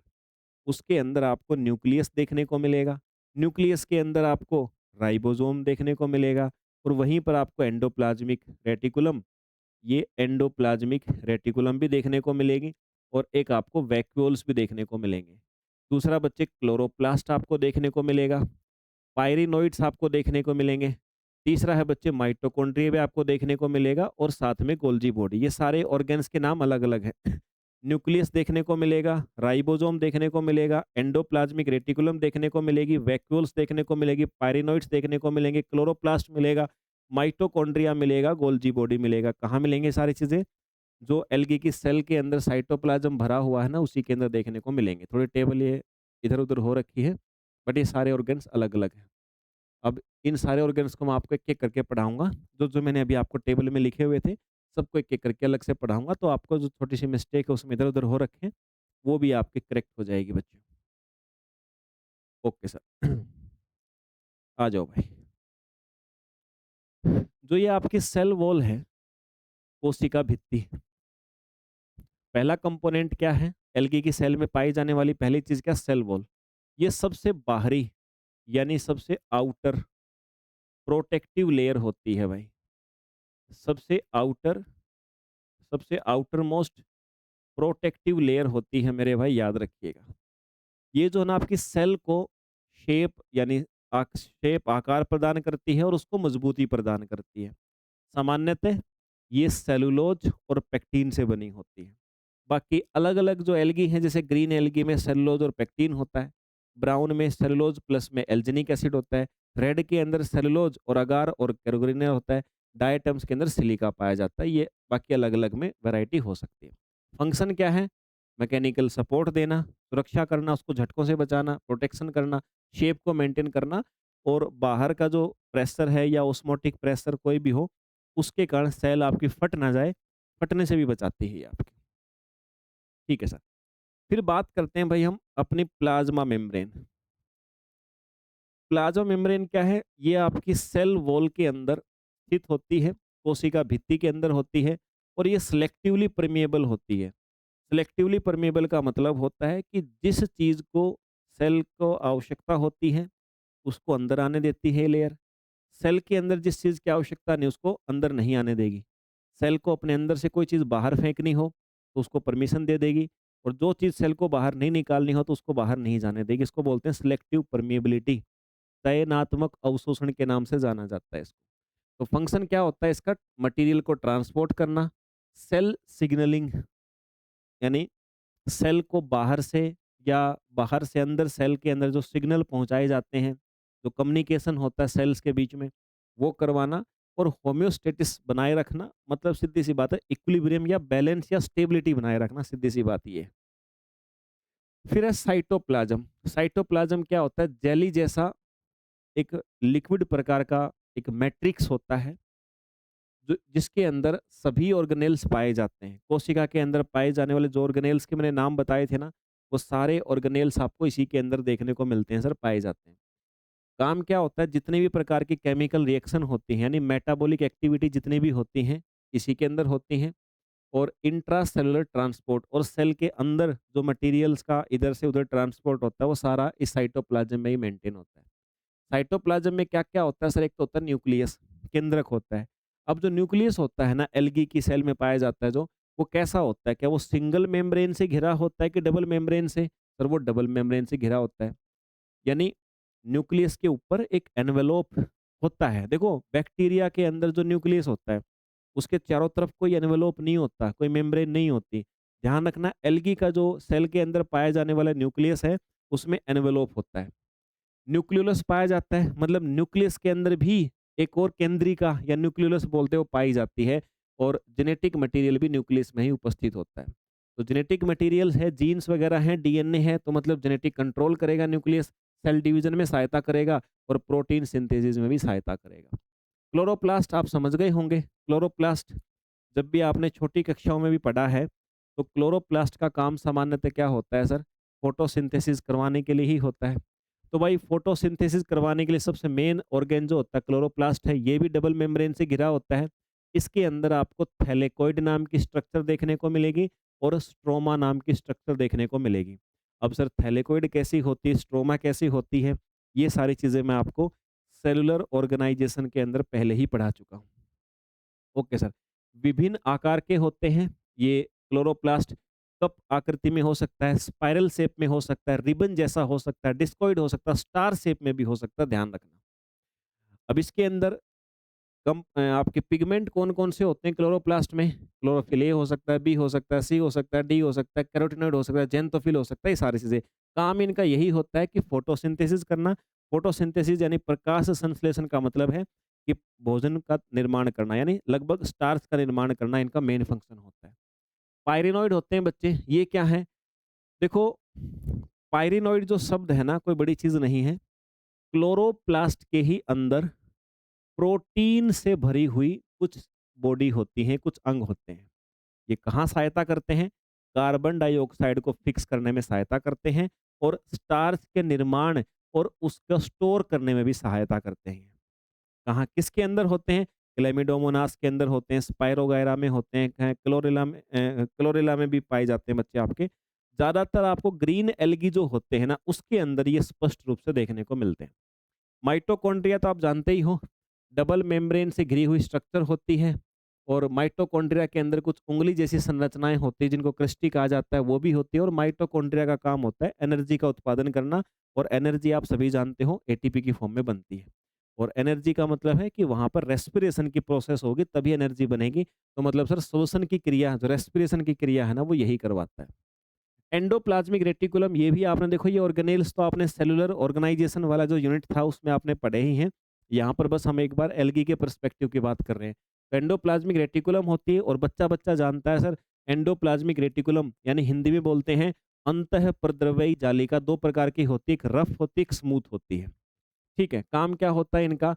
जो काम होता है सर, जो रफ वाली होती है वो प्रोटीन बनाती है, स्मूथ वाली जो होती है वो लिपिड का निर्माण करती है।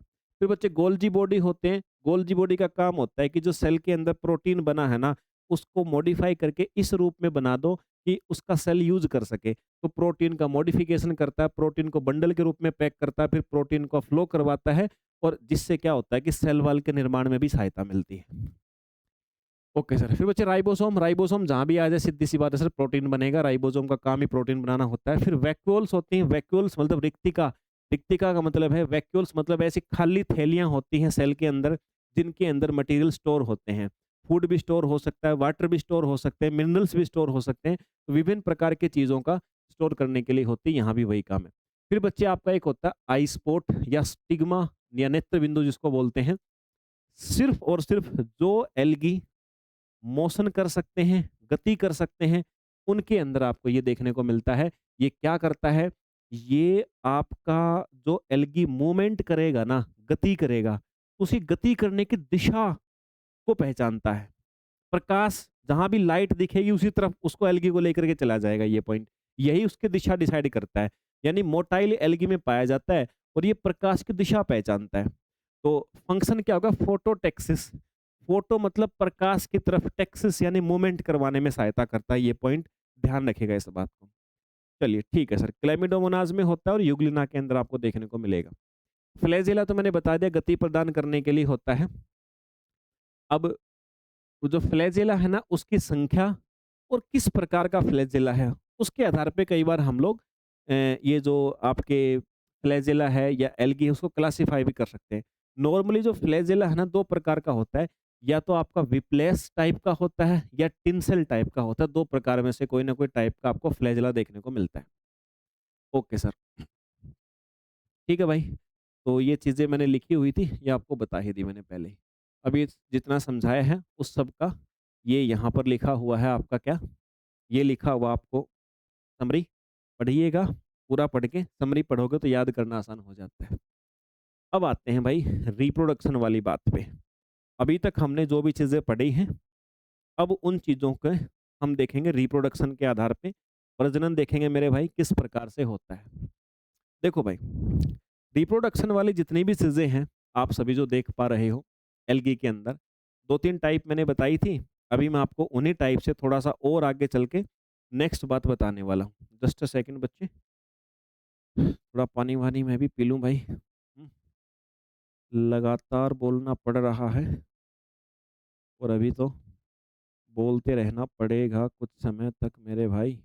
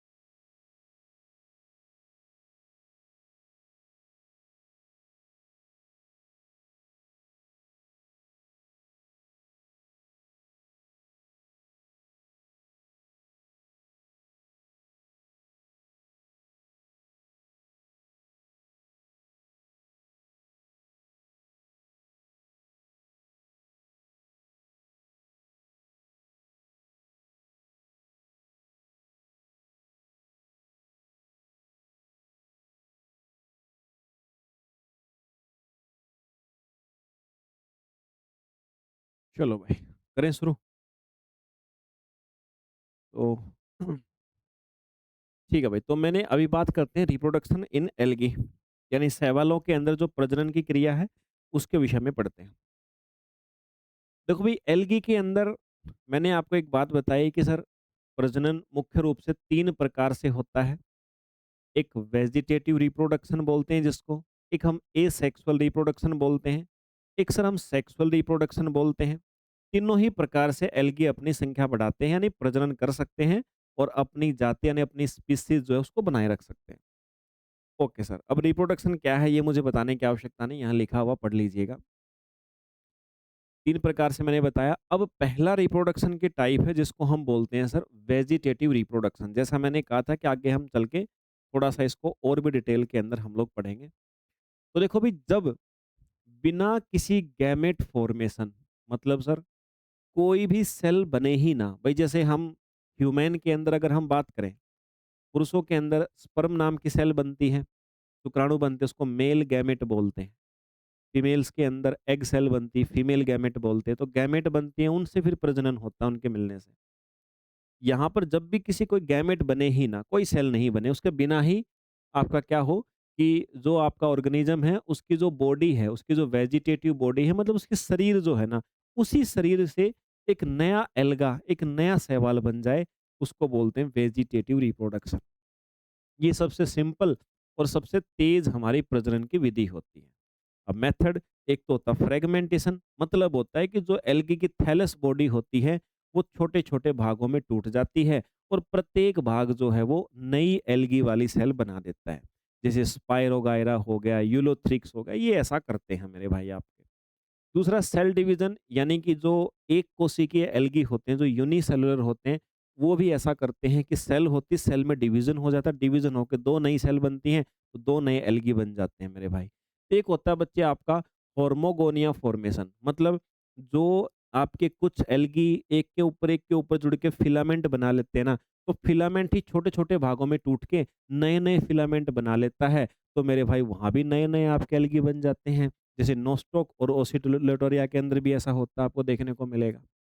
एक होता है जी ट्यूबर्स, ट्यूबर्स का मतलब होता है कि जो एल्गी है उसके अंदर कुछ विशेष प्रकार की संरचनाएं उत्पन्न होती हैं और वही संरचनाएं आपकी अलग होकर के मेरे भाई क्या करती हैं, अलग होकर के एक नया एल्गी बना लेती हैं। समझ में आ गई बात आप सभी को? क्लियर हो गई? Okay sir. जैसे कारा के अंदर ऐसे होता है बुलबिल्स, यानी बुलबिल्स भी क्या होता है, ये भी एक अलग प्रकार की स्ट्रक्चर संरचना बनती है और वही संरचना आपकी आपकी क्या करती है मेरे भाई, वही स्ट्रक्चर आपकी नए रिप्रोडक्शन यानी प्रजनन करने का मेथड आपकी होती है। समझ में आ गई बात? क्लियर हो गई क्या? चलिए, एग्जाम्पल मैंने साथ में लिखे हैं। तो भाई ये जो वेजिटेटिव जो रिप्रोडक्शन की बात हम करते हैं ना, वेजिटेटिव रिप्रोडक्शन का फास्टेस्ट मेथड है, किसी गैमेट की आवश्यकता नहीं होती, नया जो ऑर्गेनिज्म बनेगा उसके जीन्स के अंदर कोई नया वेरिएशन नहीं होगा, फेवरेबल कंडीशन में ज़्यादा होता है, ये ध्यान रखिएगा। ठीक है? क्लियर हो गई बात आप सभी को? क्लियर है? Okay sir. दूसरा है एसेक्सुअल रिप्रोडक्शन, अलैंगिक जनन। जब गैमेट के बिना विशेष स्पोर द्वारा नई एल्गी बनाई जाती है, मतलब यहाँ पर ऐसा कोई स्पेशल टाइप का मेल या फीमेल गैमेट नहीं बनता, लेकिन एक सेल जरूर बनती है जिसको हम स्पोर कहते हैं। ठीक है, बीजाणु जिसको बोलते हैं, तो बीजाणु के द्वारा मान यानी किसी एल्गी से एक स्पोर बना, स्पोर बनने से फिर क्या हुआ, फिर उस स्पोर की सहायता से नया एल्गी बन गया मेरे भाई। ठीक है, तो उसी को हमारे द्वारा कहा जाता है ये वाली चीज। ठीक है, समझ में आ गई बात आप सभी को? Okay sir. अब किस-किस प्रकार के स्पोर से हो सकता है? जैसे जू स्पोर हो गया। जू स्पोर जो हो गया आपका, इसके द्वारा हो सकता है। जू स्पोर की क्या खास बात है? ये हम पहले ही पढ़ चुके हैं वैसे। मोटाइल होता है, फ्लैजेला होता है इसमें, इसकी जो वाल होती है वो थिन पतली होती है और पानी में तैरते रहते हैं ये। किस-किस में होता है? वो भी नाम आप सभी के सामने दिया हुआ है मेरे भाई। दूसरा फिर मैंने आपको बताया एप्लेनोस्पोर, ये नॉन मोटाइल होते हैं, इनकी पतली वाल होती है, फेवरेबल कंडीशन में बनते हैं। एक है ऑटोस्पोर, ये आपके पेरेंट सेल के समान आकार वाले और आकृति वाले स्पोर होते हैं बच्चे, इनके द्वारा भी एसेक्सुअल रिप्रोडक्शन हो सकता है। समझ में आ गई बात? Okay sir. ठीक है भाई, ये एसेक्सुअल रिप्रोडक्शन के बारे में मैंने आप सभी को बता दिया है बात। फिर ये आपका ओके, फिर चौथी प्रकार का है हिप्नोस्पोर्स, उसकी भी बात लिखी हुई है। ये अनफेवरेबल कंडीशन जैसे ही हो गई, मतलब जैसे ही जैसे ही अगर एल्गी किसी समस्या में होता है, किसी समस्या में होता है, तो उस समय पे एक विशेष प्रकार की सेल बनती है, जिससे कि क्या होता है, फिर एल्गी आपका आगे चल के एल्गी आपका मेरे भाई फिर आगे चल के क्या करता है, इस सेल के माध्यम से नया एल्गी को उत्पन्न कर देता है। ऐसे ही होते हैं आपके एकाइंटिस, इसका मतलब होता है ये भी आपकी एक विशेष प्रकार की मोटी वाल वाली सेल होती है, जो ज़्यादातर आपको साइनोबैक्टीरिया के अंदर देखने को मिलती है। एंडोस्पोर यानी जो पेरेंट सेल है उसके भीतर ही एक उसके अंदर एक सेल बनती है और वही सेल फिर बाद में बाहर आकर के एक नए एल्गी को जन्म देती है। ये एंडोस्पोर हो सकता है, ध्यान रखिएगा। ठीक है, समझ में आ गई बात?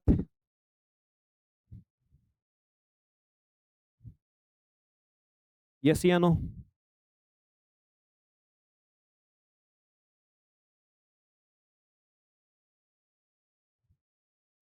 ठीक है भाई। फिर आते हैं सर सेक्सुअल रिप्रोडक्शन के ऊपर। अब ये सेक्सुअल रिप्रोडक्शन में क्या होगा, यहाँ पर कौन-कौन से मेथड हैं? देखो भाई, जब 2 गैमेट्स के फ्यूज़न से ज़ाइगोट बनता है, आप सभी जानते हो भाई, ये एक सेल मान लो मेल के अंदर बन गई, एक फीमेल के अंदर बन गई, और जब इन सेल के मिलने से फिर नया आपका एक ज़ाइगोट बने और ज़ाइगोट से फिर नया एल्गी जन्म लेता है, उस मेथड को हम बोलते हैं सेक्सुअल रिप्रोडक्शन के नाम से जाना जाता है। समझ में आ गई बात?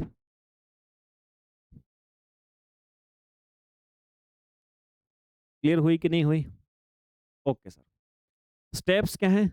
वैसे ही स्टेप्स होते हैं जैसे हमारे अंदर होते हैं, गैमेट का फॉर्मेशन होता है, फिर गैमेट्स फ्यूज़ करते हैं, मिलते हैं, फिर ज़ाइगोट बनता है, ज़ाइगोट में फिर मियोसिस होता है, और मियोसिस के बाद में फिर नया इंडिविजुअल मतलब नया एल्गी का निर्माण हो जाता है मेरे भाई। ठीक है? ये सेक्सुअल होता है।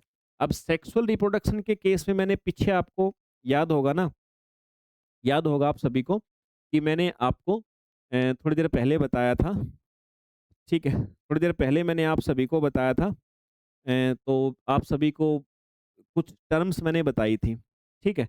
कुछ टर्म्स मैंने आप सभी को बताई थी, और वही टर्म मैंने कहा था थोड़ा टाइम बाद आपको बताऊँगा कि भई सेक्सुअल रिप्रोडक्शन करते हैं तो जो है ना, जो सेल होती हैं, जब भी ये सेक्सुअल रिप्रोडक्शन करते हैं तो कुछ सेल होती हैं, और उन्हीं सेल के माध्यम से क्या करते हैं, ये आपका इस प्रकार की प्रोसेस करते हैं। समझ में आ गई बात? क्लियर हो गई आप सभी को? क्लियर है? तो मैंने आपको 3 टर्म्स बताई थी, आइसोगैमी बताई थी, एक आपको दूसरी टर्म मैंने कहा था अनाइसोगैमी, और एक तीसरी मैंने आप सभी को क्या बताई थी, ओगैमी। तीनों को एक बार मैं आपको बता देता हूँ, वैसे ही ये तीनों ही टर्म्स हमारे पहले भी आ चुके हैं। आइसोगैमी टर्म हम तब बोलते हैं जब 2 गैमेट समान आकार और आकृति के होते हैं, ठीक है? Okay sir. अनाइसोगैमी तब बोलते हैं जब दोनों गैमेट्स आकार में अलग-अलग होते हैं लेकिन गति कर सकते हैं। और जो आपकी तीसरी टर्म है ओगैमी, ये हम कब बोलते हैं, जब एक बड़ा और बिना गति करने वाला एग होता है, और एक छोटा और मोटाइल यानी गति करने वाला गैमेट होता है, जब उनके फ्यूजन से आपका नया प्रजनन होता है, तब हमारे द्वारा ये चीज कहा जाता है। समझ में आ गई बात? ठीक है, ओके सर। एग्जाम्पल्स मैंने लिखे हुए हैं और कुछ कुछ बातें इनके बारे में लिखी हुई हैं, आप सभी इसको देख लीजिएगा। ये कंपैरिजन करके मैंने टेबल बना रखी है, ठीक है? क्लियर है?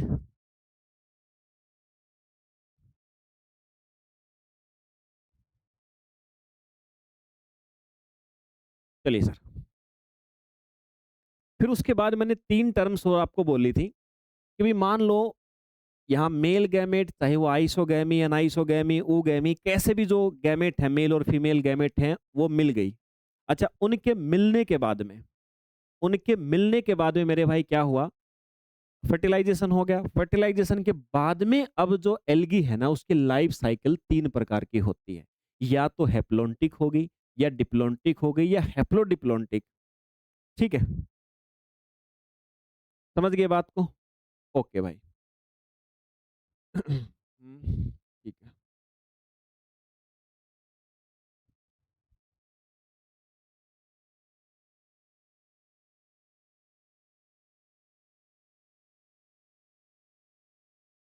यस। तो लाइफ साइकिल जो है ना, फर्टिलाइजेशन के बाद की बात है। अभी जायगोट बनने के बाद जो विभिन्न प्रकार के एल्गी है ना, उनमें लाइफ साइकिल मैंने कहा 3 प्रकार की होती है, या तो हैप्लॉन्टिक होती है, डिप्लॉन्टिक या हैप्लोडिप्लॉन्टिक होती है। ये चीज़ ध्यान रखना आप लोग। जस्ट अ सेकंड, ये तो ठीक है, समरी टेबल हमारी पीछे थी, या आगे आ गई क्या?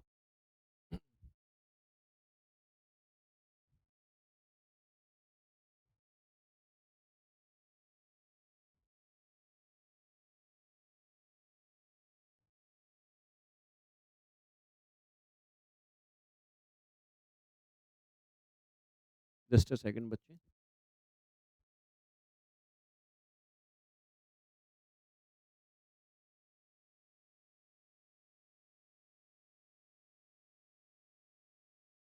हम्म, ये 2 स्लाइड इसके अंदर आपकी, 2 स्लाइड इसके अंदर, आगे वाली स्लाइड आपके पीछे आ गई। अभी मैं आपको वैसे बता देता हूँ, ये जो चीज़ें हैं आपकी, जो मैंने आपको 3 टर्म्स आपको बताई हैं बच्चे, इन्हीं तीनों टर्म्स के विषय में आपको बताता हूँ। पहली टर्म्स मैंने बोला आपको हैप्लॉन्टिक। हैप्लॉन्टिक का मीनिंग क्या होता है? देखो भाई, हैप्लॉन्टिक लाइफ साइकिल सिंपली क्या होता है, एक ऐसी साइकिल होती है जिसके अंदर जो ऑर्गेनिज्म है वो आपका हैप्लॉइड गैमेटोफाइट अवस्था में होता है। आप कहोगे सर हैप्लॉइड गैमेटोफाइट अवस्था क्या होती है? भई जैसे ही ज़ाइगोट बना, ज़ाइगोट बनने के बाद में उसके अंदर जो आपका जेनेटिक मटेरियल होता है सर, वो जेनेटिक मटेरियल हैप्लॉइड मतलब हाफ़ हो जाता है। हाफ हो जाता है। मतलब हाफ जेनेटिक मटेरियल होगा और फिर आगे चल के वो आपका क्या करेगा मेरे भाई, आपका ग्रोथ करेगा। मतलब ये है सर कहने की बात कि इसके अंदर हैप्लॉन्टिक लाइफ साइकिल के अंदर क्या है आपका बच्चे जो गैमेटोफाइट है ना, वो क्या होगा, वो अधिकतर अपना समय किस रूप में बिताएगा? हैप्लॉइड फॉर्म में। मतलब उसके अंदर जेनेटिक मटेरियल आधा होगा। जिससे क्या होंगे गैमेट भी क्या होंगे आपके हाफ होंगे। गैमेट के अंदर भी आपके हैप्लॉइड बनेंगे यानी कि आप कह सकते हो मियोसिस प्रोसेस के द्वारा आपके बनेंगे सर। Okay sir. डिप्लॉइड का मतलब समझ गए होंगे आप। डिप्लॉन्टिक का मतलब आप लोग समझ गए होंगे। डिप्लॉन्टिक अब इससे आगे हो गया आपका। डिप्लॉन्टिक का मतलब क्या है? अगर मैं सीधा-सीधा इसके अंदर एक ही शब्दों के अंदर बोलूँ कि सर हैप्लॉन्टिक की बजाय डिप्लॉन्टिक अगर शब्द हम लोग यूज़ करें, तो क्या होगा? डिप्लॉन्टिक लाइफ साइकिल के अंदर क्या होता है, जहाँ पे जो मेनली कोई भी ऑर्गेनिज़्म है, उसका जो मेन फेज़ है ना, वो डिप्लॉइड फॉर्म में होगा। ठीक है? डिप्लॉइड फॉर्म में होगा। भई जो आपकी हैप्लॉइड स्टेज होती है, उसमें क्या होता है कि जो गैमेट होते हैं, वो सिंगल सेल होते हैं। और जो डिप्लॉन्टिक में क्या होगा, डिप्लॉन्टिक के अंदर मैंने कहा आपका ज़्यादातर जो डोमिनेंट फेज़ होता है, वो आपका डिप्लॉइड होता है। अच्छा हैप्लॉइड डिप्लॉइड आप जानते हो कि नहीं जानते हो? भई हैप्लॉइड और डिप्लॉइड आप जानते हो कि नहीं जानते? जैसे हमारी बॉडी है, ह्यूमन की बॉडी है, हमारी बॉडी के अंदर कोई भी सेल है ना, हमारे शरीर के अंदर कोई भी सेल है, बॉडी की कोई भी सेल उठा लो तो डिप्लॉइड होती है क्योंकि वहाँ पे क्रोमोसोम 23 दूनी 46 46 होते हैं, पेयर में होते हैं। लेकिन हमारा जो स्पर्म बनता है, जो शुक्राणु बनते हैं, शुक्राणु क्या होते हैं मेरे भाई? शुक्राणुओं के अंदर जो क्रोमोसोम की संख्या वो 46 नहीं 23 होती है, सिर्फ 23 होते हैं। तो हाफ होते तो हैप्लॉइड स्टेज बोली जाती है और डबल हो तो डिप्लॉइड। तो अगर एल्गी फर्टिलाइजेशन के बाद अपना अधिकतर जो फेज़ है वो हैप्लॉइड फॉर्म में हो, तो हैप्लॉन्टिक हो गए, डिप्लॉइड फॉर्म में हो, तो डिप्लॉन्टिक हो गए बच्चे। तो इन्हीं के आधार पे आपका ये बोला जाता है। चलो भाई, तो ये तो हुई बात रिप्रोडक्शन की। तो अभी अपने सेशन को हम रखते हैं यहीं तक, ठीक है? यहीं तक रखते हैं। थोड़ा-सा अभी मैं नाश्ता पानी कर लेता हूँ। तो उसके बाद में फिर आगे की जो चीज़ें हैं, उन चीज़ों के ऊपर हमारे द्वारा बच्चे बढ़ा जाएगा, ठीक है? तो यहाँ तक रखते हैं अपना आज का सेशन। उम्मीद करता हूँ आप सभी को समझ में आया होगा। चलिए बच्चे, जय हिंद भाई।